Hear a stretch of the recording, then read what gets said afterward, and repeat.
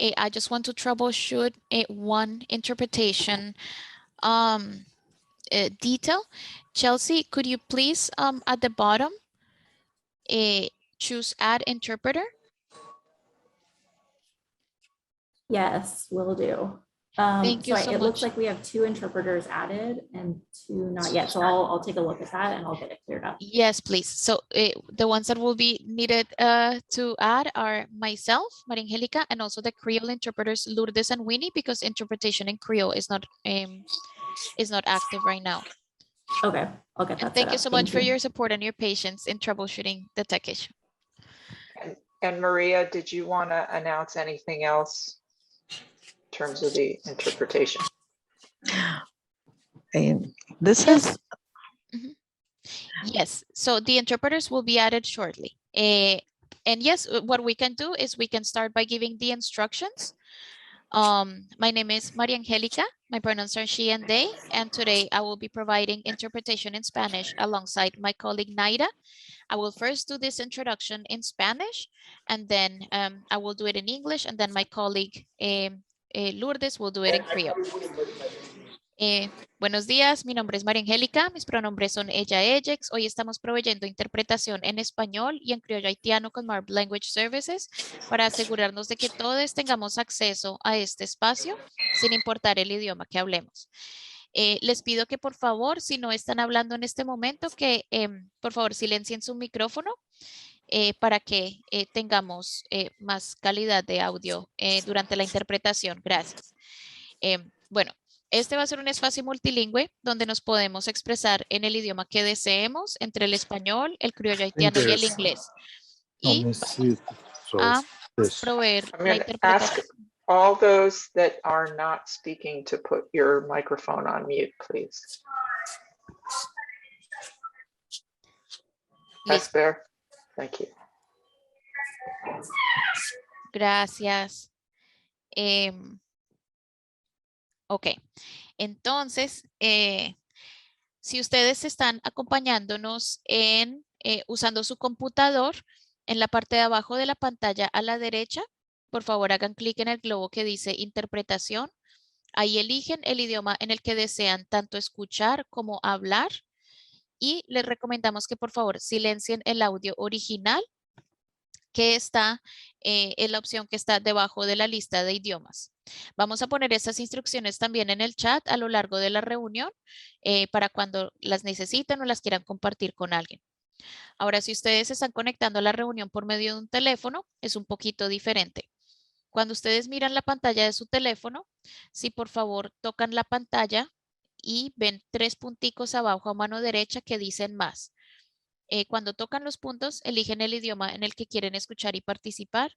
Nuevamente, les pedimos que por favor silencien el audio original y después arriba, a mano derecha, van a tocar finalizado o done. Nuevamente estoy poniendo estas instrucciones en el chat y si tienen algún problema con la interpretación y si tienen alguna pregunta, por favor, déjenoslo saber en el chat y con mucho gusto les apoyaremos conectando. Gracias. Now I will give these instructions in English. Good morning. My name is Maria Angelica. My pronouns are she and they. And today, my colleagues and I will be providing interpretation in Haitian Creole and English, just kidding, Haitian Creole, Spanish, and English with Marb Language Services to ensure that we can all participate in the language that we would like, regardless of the language that we speak. Today, this will be a multilingual space. This means that folk may speak in Spanish, they may speak in Creole, they may speak in English. So that's why it's important that we all choose interpretation to be able to understand each other. So if you're joining us from your computer, Zoom interpretation will be activated in the following way. So when you look at your computer screen, if you're able to, at the bottom right, there is a globe that says interpretation. When you click on it, you can choose Spanish if you want to listen and participate in Spanish, English if you want to listen and participate in English, and Creole if you want to listen and participate in Creole. It's very important that you choose one language. Even if you speak all 3 languages, if you can please choose one language. We also encourage you to please mute original audio which is found underneath the languages.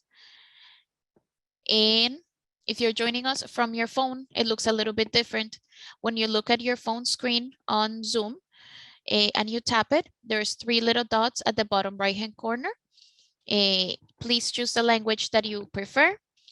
We again ask that you please mute the original audio, and then at the top right, you're going to press done. I'm putting all of these instructions in the chat, and if you ever have any questions or any challenges with interpretation, please let us know in the chat and we'll be happy to support you. Thank you. And now I'm going to pass the mic to my colleague Lourdes so she can provide the Creole instructions. Thank you. Bonjour tout le monde. Non pas c'est Lourdes avec Mob Language Services. Et je dis à son plaisir pour moi, avec collègue Winnie, pour nous assurer interprétation pour nous dans la langue créole haïtienne. Comme nous connaissons espace là, son espace multilingue, il y a parlé anglais, il y a parlé espagnol et puis il y a parlé créole. Donc, en façon pour nous assurer que tout le monde participe au table là et participe dans la conversation comme ça doit, nous donc gagner interprétation qui est disponible. Donc, quel que soit pensée ou table partagé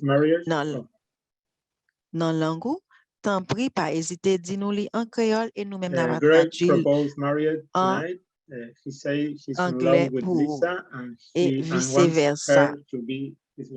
Herman, please mute yourself. Thank you. Donc, tu as une petite interruption, on peut continuer avec nous. Merci pour la patience. Nous.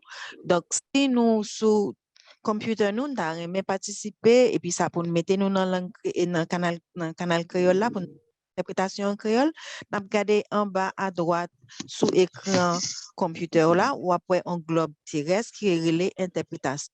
Ou cliquer sur lui et là, on a une option pour choisir créole haïtien. Ou cliquer sur créole haïtien et on attendre tout ça capable passer dans l'espace là en créole haïtien. Sous table étant un plus bon audio même, ou réduit original audio pour capable baisser volume audio original là, yon façon qu'attendez toute bagaille là en créole net aller.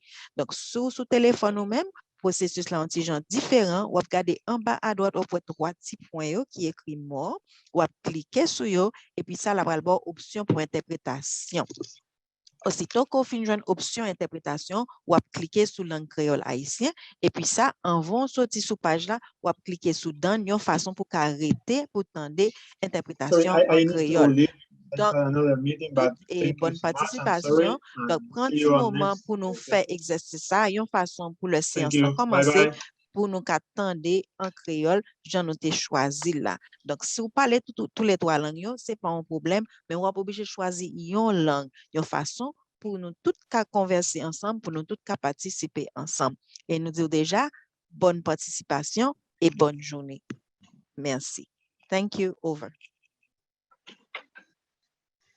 Thank you all. I'm really happy we're able to make today's workshop accessible to all with those varying language skills.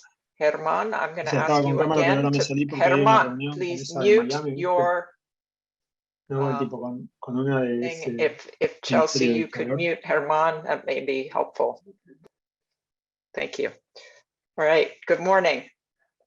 So today's presentation, so this is sponsored through the Miami Foundation. It's part of the Climate and Heat Health Task Force, a series of 6 workshops we're doing to learn from various stakeholders how we can better coordinate and accelerate initiatives to both manage the increasing risks associated with extreme heat and mitigate the increasing heat in our urban heat islands. So today's focus is on workers exposed to heat, and I will begin with a brief presentation around what the risks are, specifically the risks for outdoor workers. We'll both view a video presentation from our partners WeCount, Que Calor campaign, and hear a testimonial from one of their members, Lucia. I'm going to not pronounce her last name correctly, Kihi. And then also speak about some pending state level legislation that could help protect workers, how those compare with other states in the country, and then specifically begin to articulate what might the county and our partner organizations be able to do to improve protections for outdoor workers. You will then have about 55 minutes to break out into groups. There will be one group that's specifically offering the interpretation services, and 3 other groups. So I think we should be well covered today. And then we will return back for a final breakout, final report out from each of those groups. Today, this presentation, the initial presentation, is being recorded, and the interpretation will also be recorded so that we will be able to post on the Miami Foundation Extreme Heat website these presentations in the various languages. I'm very excited that we have 75 participants today. This is a hot topic. Pun intended. So extreme heat, just to many of you have seen this before, but for those that haven't, it is the leading weather-related killer in the United States. Here in South Florida, we have high levels of both high heat and humidity, which can lead to heat-related illnesses, including heat cramps, heat exhaustion, heat stroke. It also can exacerbate other conditions, including heart and lung conditions. Most of these heat-related illnesses and deaths are preventable. So this is why we are working. We know we can do better to prevent these impacts, these health impacts and economic impacts in the case of outdoor workers. And so there are groups that experience a disproportionate amount of health impacts, with outdoor workers being probably the top because of how exposed they are to heat. Depending on the type of work and how much exertion it costs, it involves, outdoor workers are up to 35 times more vulnerable to heat-related illnesses and deaths. Pregnant women have a more difficult time, as do young children, regulating heat, as do older adults, people on certain medications, and as I mentioned earlier, with pre-existing conditions. And for outdoor workers who have chronic exposure to heat and dehydration, this can cause also kidney disease, and it's commonly documented condition in farm workers. I mentioned the pregnant workers earlier. This can lead to early birth and preterm births and negative birth outcomes. The workers who are new to the outdoor work job, within especially the first 2 weeks, are particularly vulnerable, most vulnerable. It's very important to have strong policies and procedures in place to slowly integrate those workers into their work. So with this, I'm going to show a brief video that really allows for the workers themselves to tell us their experience, and then we will hear a testimonial.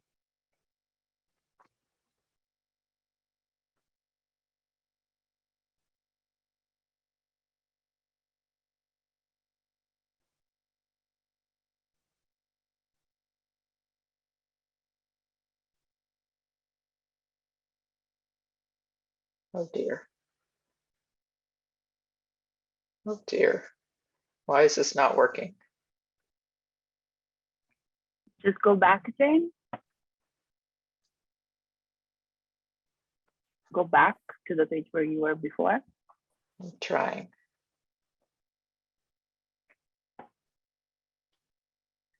With the arrow on the top left.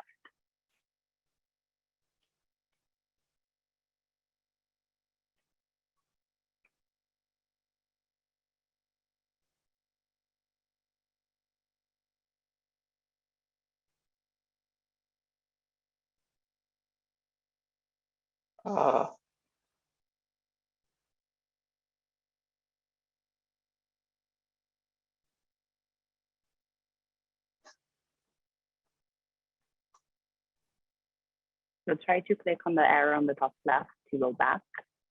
You can't hear it? No, we can't see it or hear it. Okay. Can you now?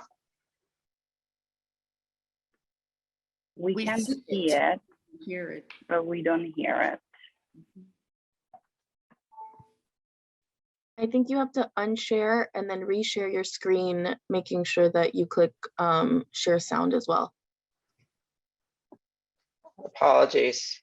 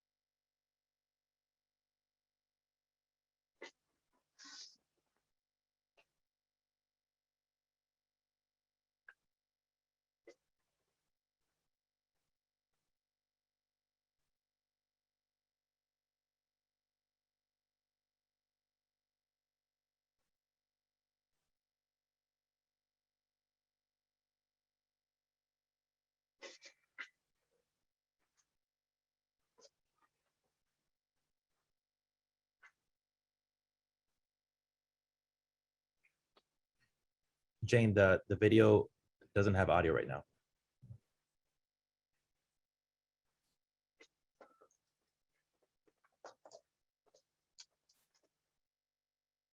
Jane, so when you share your screen, like if you unshare and then reshare, there is a little white button.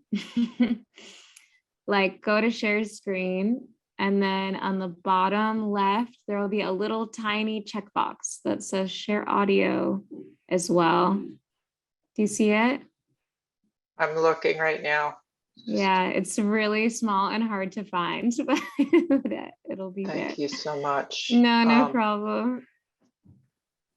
Oh, Do you see it if you click share screen, and then when it opens, when it tells you what tab in the bottom left hand corner of that white frame, there's a checkbox. And you just need to check Yes. that. Yeah, check that, pick your Got that. tab, and then it'll work perfectly now. okay. Now I gotta refine the right screen. Here it is. Okay. All right. Let's try again. Sorry. Yeah, I think it'll work now.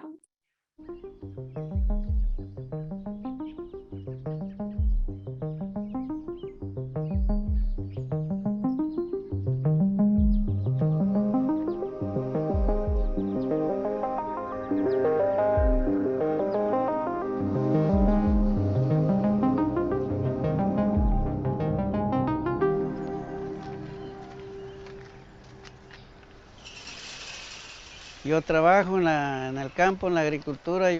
Nos levantamos a las 4 a.m. todos los días.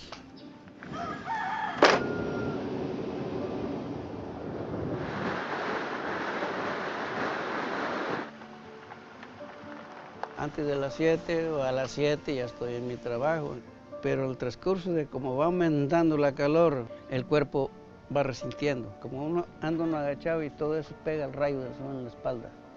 Aunque yo cargo siempre mi agua en mi carro para ayudar al riñón, pero llegó el momento que ya no resistieron. A veces me meto debajo de la camioneta porque sombra así no hay.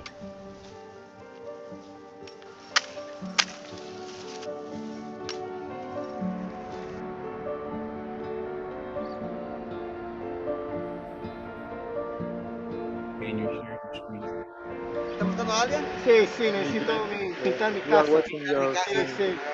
Como 11, no sé qué. En una ocasión estaba yo en una escalera pintando y hacía un calor bastante intenso. Perdí el control y caí de la escalera de un segundo piso y eso me pasó a raíz de la intensidad del calor. Mire, en el campo, todas las verduras, ¿quién lo hace eso? ¿Quién lo trabaja eso? Somos nosotros los inmigrantes, ¿verdad? Si no hay personas que trabajan, pues no hay comida para las demás personas. Y ahí no puedes buscar una sombra, ¿verdad? En las nurserías no lo dan protección a los trabajadores. Ahí sí uno tiene que ir preparado, ¿verdad? Con su camisa de manga larga, con su sombrero. La propuesta ahora es lograr una ley para dar una protección hacia los trabajadores del campo. Agua, sombra y descanso. Eso es lo que estamos pidiéndole. Si el gobierno lo aprueba esa ley, va a todos los emigrantes, a todos los trabajadores. Si no vamos a organizar, si no nos vamos a levantar a exigir, y entonces ¿quién lo va a hacer?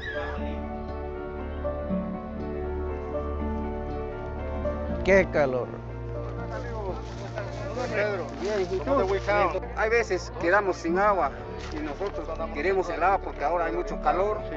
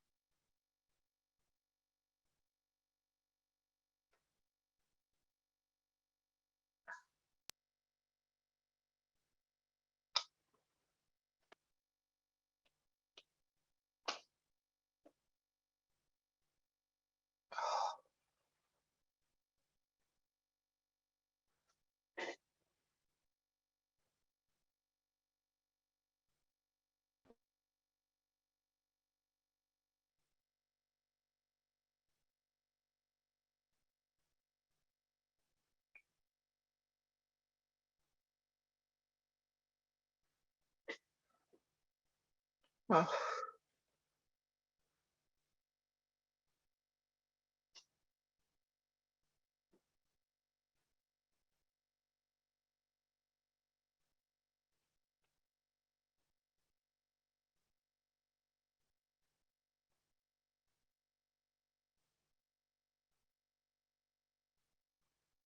Okay, my sincere apologies for how challenging that was. I really should have practiced that. I didn't realize it was so challenging. So my apologies, but thank you, WeCount, for that testimonial and really understanding more about what the struggles are. And we do have with us today a member of WeCount, Julia, that we've invited to just briefly share her story. So Julia.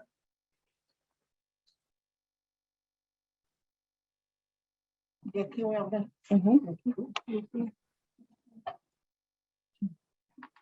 Buenos días. Mi nombre es Lucía. Soy miembro de WeCount. Soy parte del Comité de Trabajadores de Afuera, Sombra, Agua y Descanso. Nosotros como trabajadores de la agricultura sufrimos mucho por sombra, descanso y agua. Somos el motor y la semilla de este país. Recogemos el tomate y la cebolla, la lechuga para que todo el mundo pueda comer en la mesa. Como trabajadores de la agricultura, llevamos el pan y la leche a nuestros hijos. Pero mi experiencia en el campo, cuando yo trabajé, yo vi muchas injusticias, mucho abuso al trabajador, que un hombre de 20 años de trabajar le dio cáncer en el riñón y estaba sangrando sangre. Y luego yo vi, como no nos dan permiso para los chequeos prenatales, una joven como de 20 años dio a luz en el baño en un nursery. Y entonces, cuando yo iba cada rato al baño, me pusieron un apodo o me hacían bullying a mí porque yo iba cada rato al baño. Entonces una vez el mayordomo me dijo, Lucía, súbase. Y yo ya sentía que me llevaban a la oficina. Y me llevaron a la oficina y me dijeron que usted está despedida y que firme aquí. Entonces yo le dije, yo no voy a firmar nada aquí. Y me voy, dije así, me vine. Pero cuando yo trabajé también en el tomate, yo vi a un joven, se le insertó un hierro, casi se le introducía en el estómago. Entonces, nosotros sufrimos mucho por eso. Entonces, nosotros queremos una ley de qué calor. Queremos que eso se haga pronto porque ya no aguantamos más este calor. Gracias.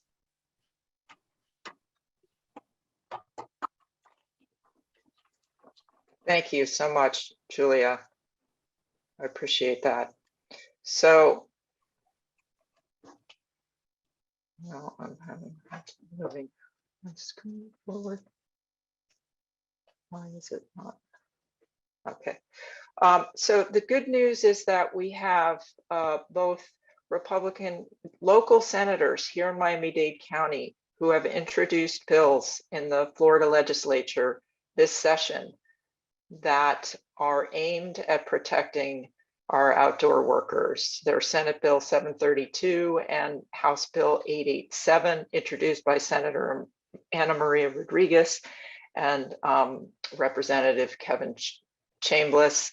And these require workers to provide annual trainings to both managers and employees around how to prevent heat-related illnesses and to put in place prevention measures, such as providing free and potable drinking water as close as possible to the workplace, and when temperatures exceed 90 degrees, to provide at least 10 minutes of rest every 2 hours.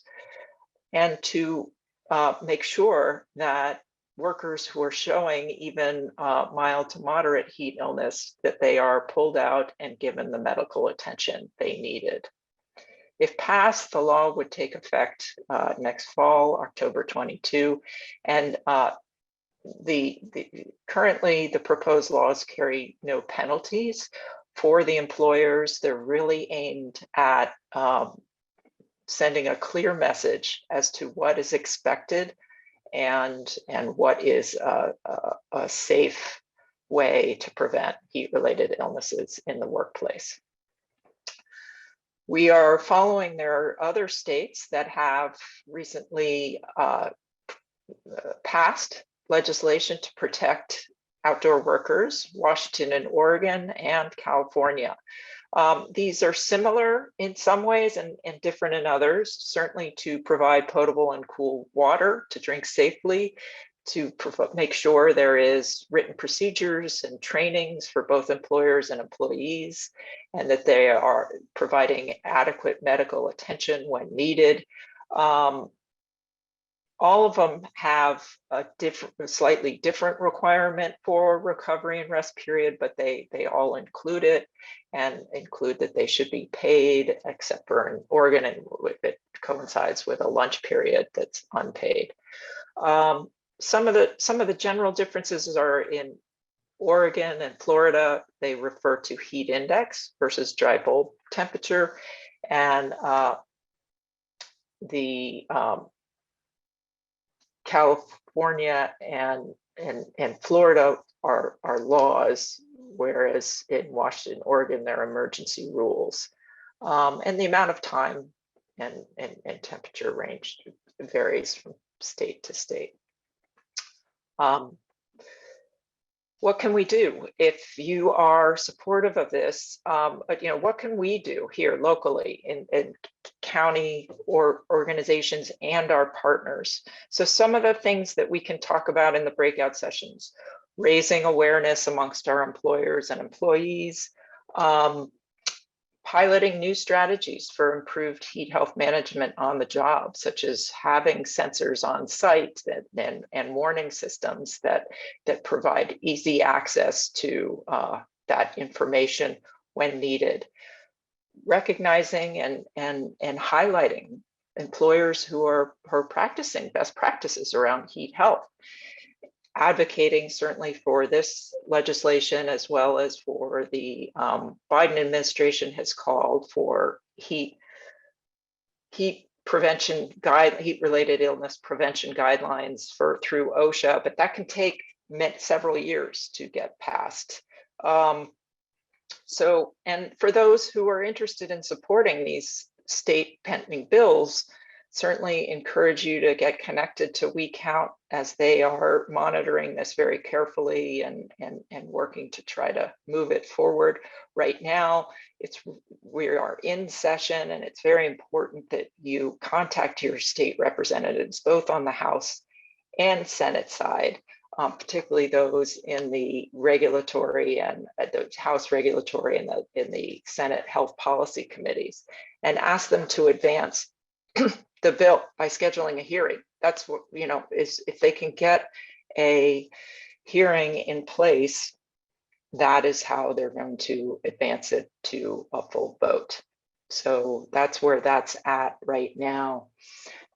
We are going to break out into groups shortly, and you should have still plenty of time, 45 minutes or so, to discuss each of these questions. I'm going to ask each of the facilitators to ask the members in their group to first, ask them to introduce themselves, and then we have 4 questions. The first question is, how can we raise awareness amongst employers and employees about the risks and best practices for preventing heat-related illnesses, the best practices, the tools, and the resources? I think we've got a lot of different partners here that could work well with employers and employees. The public sector, we have our own outdoor workers. We can share our best practices with others. What are some potential pilots or other solutions that we could implement locally to encourage and support employers and workers in preventing excessive heat exposure? What comments or concerns or questions do you have about the proposed state legislation, and how can we expand support for it?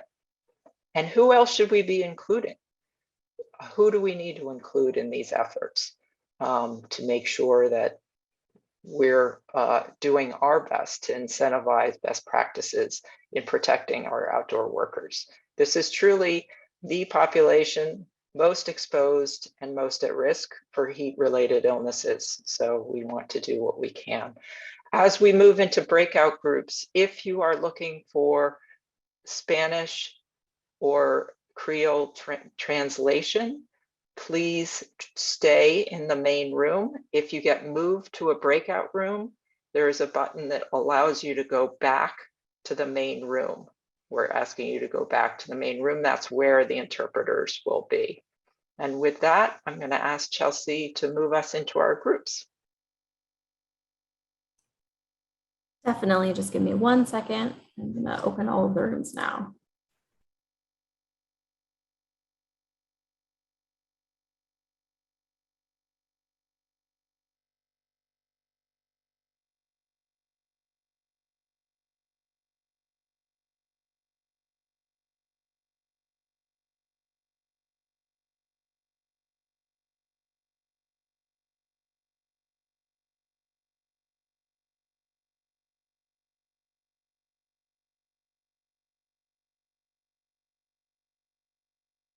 What can we actually implement now? And what power does the county have to begin to implement some of these protections for their employees? Since we have a minute left, I would just say I would welcome you to talk to WeCount, to other stakeholders, and to bring this into the recommendations, because county government does have a lot of local power to protect the county workforce, as well as to put into place local laws that might be able to touch on this issue. Esber mentions may consider inviting grocery store chains. Absolutely. So thinking around all the possible stakeholders and how we make sure that we have responsible supply chains that are thinking around the impact of heat. But people are coming in now. So I don't know, Chelsea, if you were able to capture a lot of those notes. Great. I did, yes. Thank you everyone for sharing. Good afternoon. This is the interpreter. A reminder that as you return from your breakout groups, you will need to please reactivate interpretation. We will place the instructions in the chat. Para recordarles que si regresan de un grupo pequeño, necesitan otra vez activar la interpretación y vamos a poner las instrucciones en el chat. If we could please also make the announcement in Creole. Thank you. Et bonsoir tout le monde. C'est juste pour me faire nous songer, le nous sortir dans l'espace ça, pour nous retourner dans espace plus grand, côté nous rencontrer à tout le monde, pour nous remettre, activer interprétation parce qu'on a perdu. Donc, songez, remettez-nous sous créole haïtien, nous allons cliquer sur globe là encore, nous retourner dans grand espace là, pour nous capables d'entendre en créole haïtien. Merci.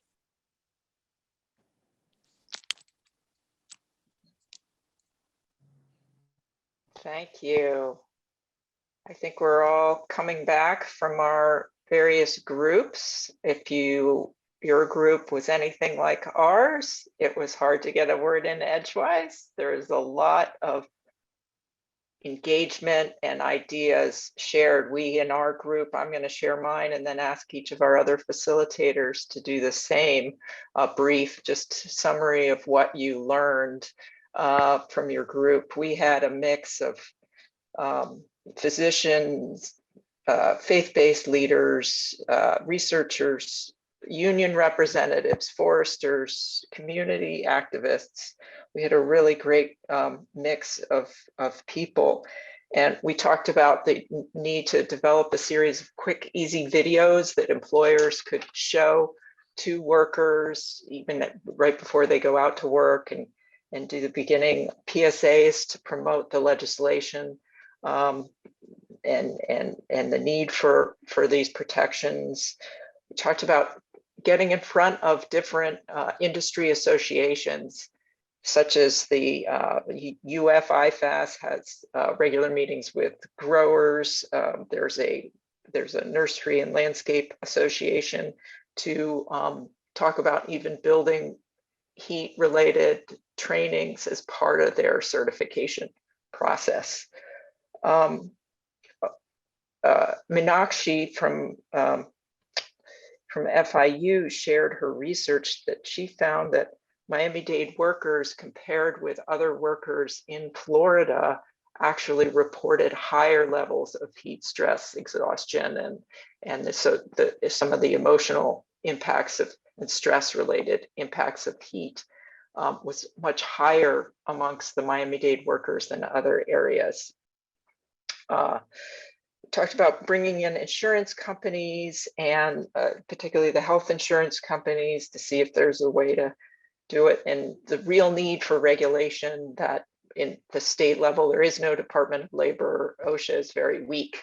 So we really need to look at even potentially some local regulation and to think about the broad numbers of outdoor workers, police associations, lifeguards. So a lot of different ideas that were shared, including strategies about how to cool down at night to help you better prepare for your next day at work.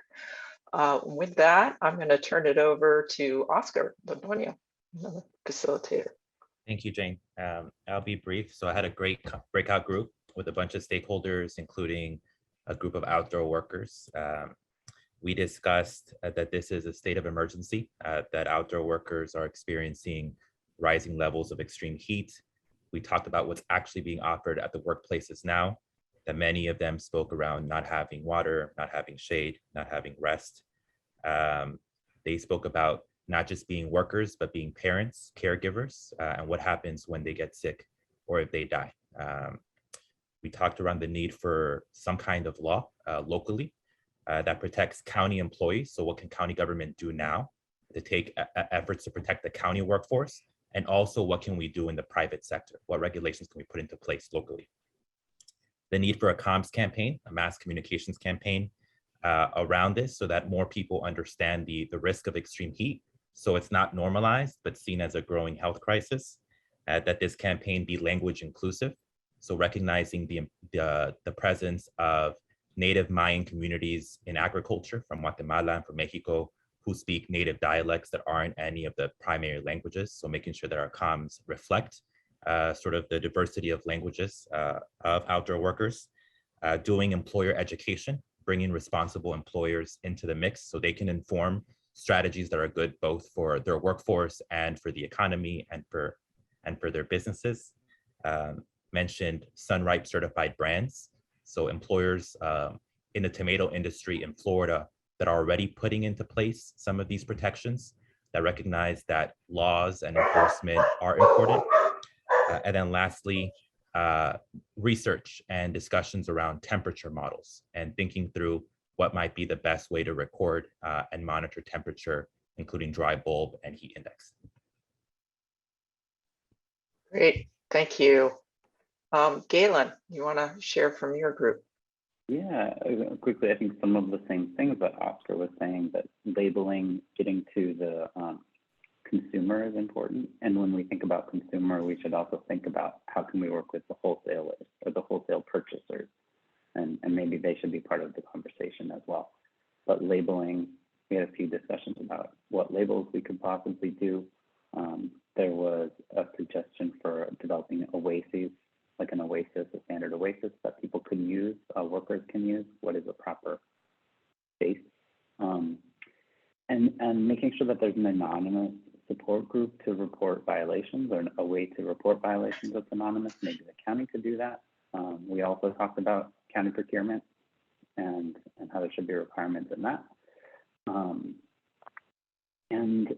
I think that there was a lot of talk about the value, how we talk about the value in this when we do communication. And I think one of the suggestions was that we don't leave this out when we communicate with everyone else. You know, we talk about the importance of workers when we do the other heat-related communication campaigns. And then like a basic one is just lunchbox talk.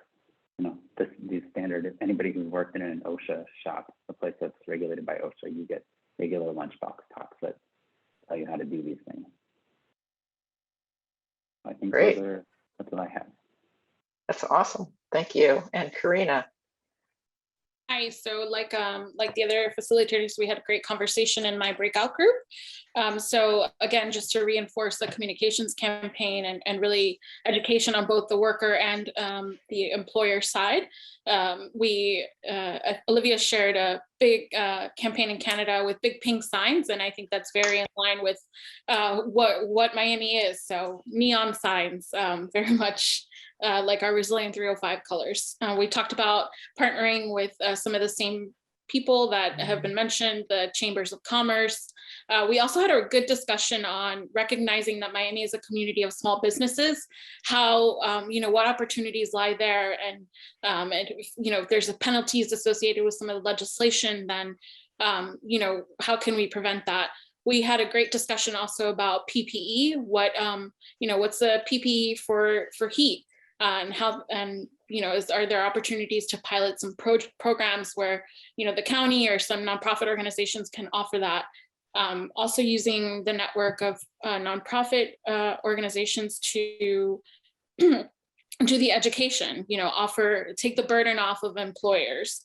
We also talked about for employers, you know, putting some of this messaging into the things that they have to look at, business tax receipts, permits, sort of things. We also talked about, you know, engaging the reproductive health community, the OB/GYNs, the maternal health. And then finally on the legislation to, you know, concerns about penalties and wages that it's not in there.